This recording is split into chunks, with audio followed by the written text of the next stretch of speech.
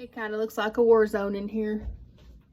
That's okay. I wanted to show you what I'm doing because I think this is valid to preparing for the harvest.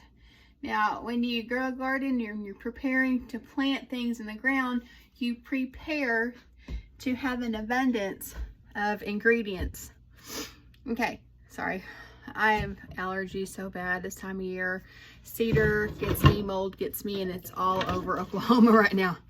Hey, I have this large 55-gallon trash bin. I got it at Walmart for like $10 or $15. When I was about 20 years ago, and wanted to can, my grandma was done canning. She was about 70 then. She passed away when she was 91 a few years back. So she took me to her house. Well, I went over to her house and told her I was going to can all this stuff up. I was so excited. Little did I know my first garden and canning experience would be an utter failure. I used all the food that I worked so hard for to can. My pickles came out too salty and mushy. My peppers were mushy.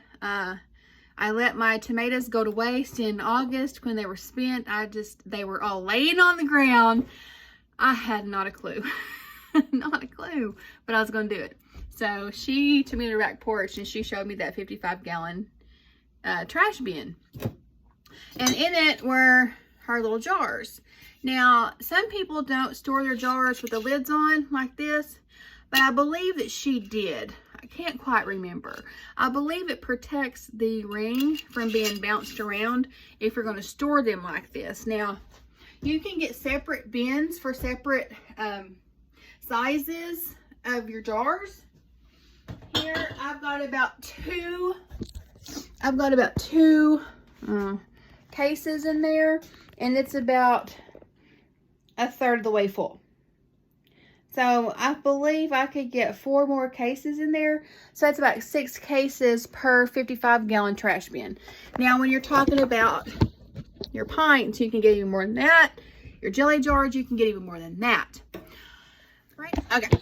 What I have in my other trash bin right now, I have 2 bins. And it's odd and end jars. So what I'm going to do is I'm going to take all my old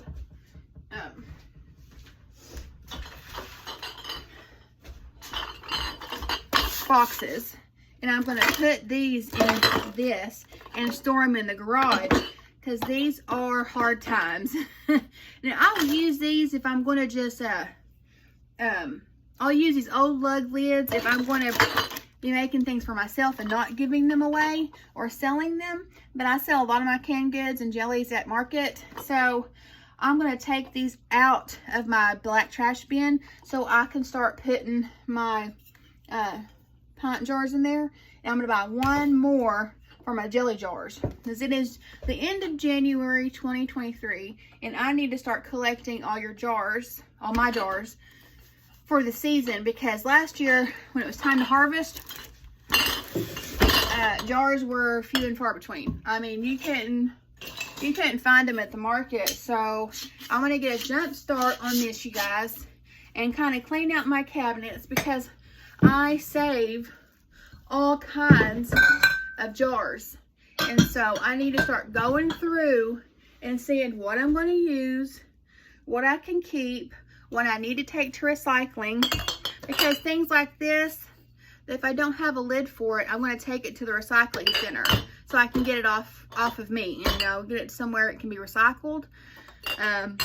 Christine Wyatt in Briscoe is a really big recycling woman. She has a station there at her home, I believe, where she recycles plastics, glass, all kinds of things, tin, aluminum.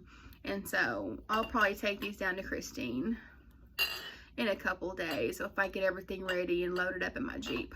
Seeing, I got it all cleaned up. I got my quart jars in there and just snap it back on. This does tend to get heavy, so we're loading the rest of the jars that I buy in there. I'll lug it right back outside because I don't want to tote it if it's over a third of the way full because it's just too heavy. The theory behind this method of using the trash bins is that they're clean trash bins when I put them in there. They're clean jars when I put them in there. They're clean when I take them out. So all I need to do is run them through the dishwasher and ta-da. Now in the summertime, you don't want to leave any kind of lug lids or your canning lids in the heat, because it can definitely damage the seal, that little rubber part around it. So don't leave these in the heat. You want to leave these in the house. And I just got a little, tote for mine. And there's another deal. I always kind of check sometimes, because every now and then, jars you get from the store, now this won't go. Every now and then though, if it looks like it'll almost fit, I'll squeeze a little bit around. And if I can get it to catch enough, I'll go ahead and can with it. Like I said, if it's for myself, because I know how to keep an eye on those things, but this one won't, so oh well. Okay, ta-da. And I just use these lids to protect the glass around the top, because I stored them like I did today. And I got 11 of the cutest little pint jars for Christmas presents, for Christmas present jelly, or just selling Christmas jelly in those. So I got 11 of those, 30 cents a piece, y'all. And they're like $1 a piece at the store, and they don't even have a pretty top. If you're wondering why I'm in the same white shirt I was yesterday, it's because I'm on an undershirt kick. So as soon as I get home, I take off my long sleeve shirt so I can put on my apron so I kick. So here is my new cast iron skillet. Isn't it fantabulous? It's fantabulous. It is a 5-quart Mangani sucker. It is nice.